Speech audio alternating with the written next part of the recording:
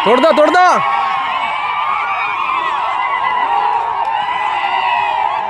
रोक दो।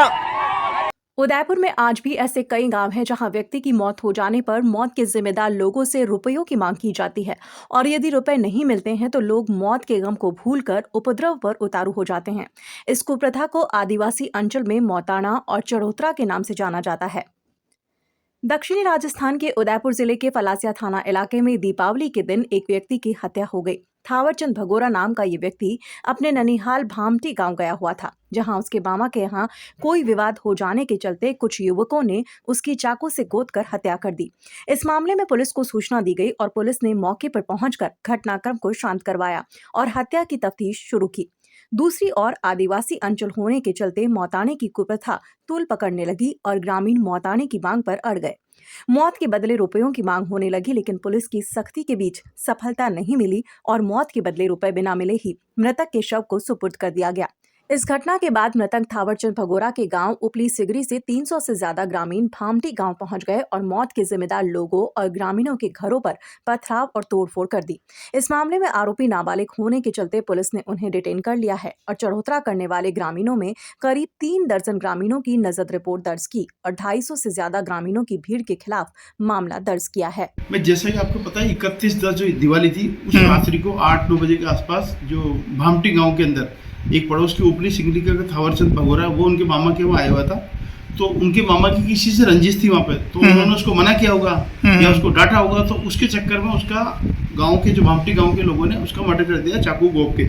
ये घटना जैसे हमको इतना मिली, पुलिस तुरंत वहाँ पे पहुंची, बॉडी को तुरंत वहाँ से उठाया, पोस्टमार्टम के लिए वहाँ पे CSC झाड़ोल में शिफ्ट किया। उसके बाद उनके घर वाले इकट्ठे हुए, फिर घर वाले और आरोपी पक्ष दोनों के बीच में बातचीत हुई, लेकिन उनका समाधान नहीं निकला।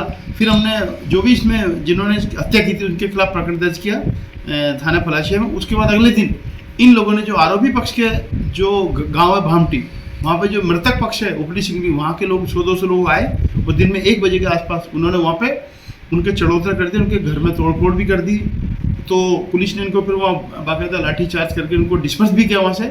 उसके बाद उनको सख्ती दी गई कि इस तरह की कोई ये व्यवस्था है जो मोतराना जो आप करते हो यहाँ पे नहीं होगा। नियम अनुसार मुकदमा दर्ज है, उसमें उनके कार्रवाई को जो सहायता गवर्नमेंट की मिलती है, नियम अनुसार जो भी मिलती है वो बिल्कुल उनको मिलेगी।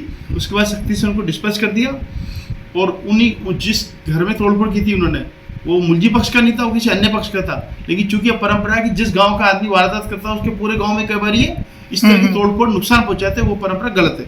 तो उसको बुला के उसने हमें रिपोर्ट पेश की है जिसमें 30-40 आदमी नामजद है, बाकी 250-300 जो उपरी सिंगली के गांव के लोग हैं उनके खिलाफ प्रकरण दर्ज किया गया है गंभीर धाराओं के अंदर। उसमें भी हमारी कार्रवाई की जाएगी और आगे भी इस तरह कोई ये हत्या या कोई भी दुर्घटना होने पर नियमानुसार कार्रवाई पुलिस उसमें सख्ती से करती है। लेकिन इस तरह मोताना के नाम पे तोड़फोड़ लाइन ऑर्डर जो इस तरह का बिगड़ता है वो बिल्कुल नहीं की जाएगी। जो इस पर कार्रवाई इस तरह की घटना को उकसाता है या करता है उसके खिलाफ हम सख्त कार्रवाई करेंगे। इस मुकदमे में हम सख्त कार्रवाई करेंगे।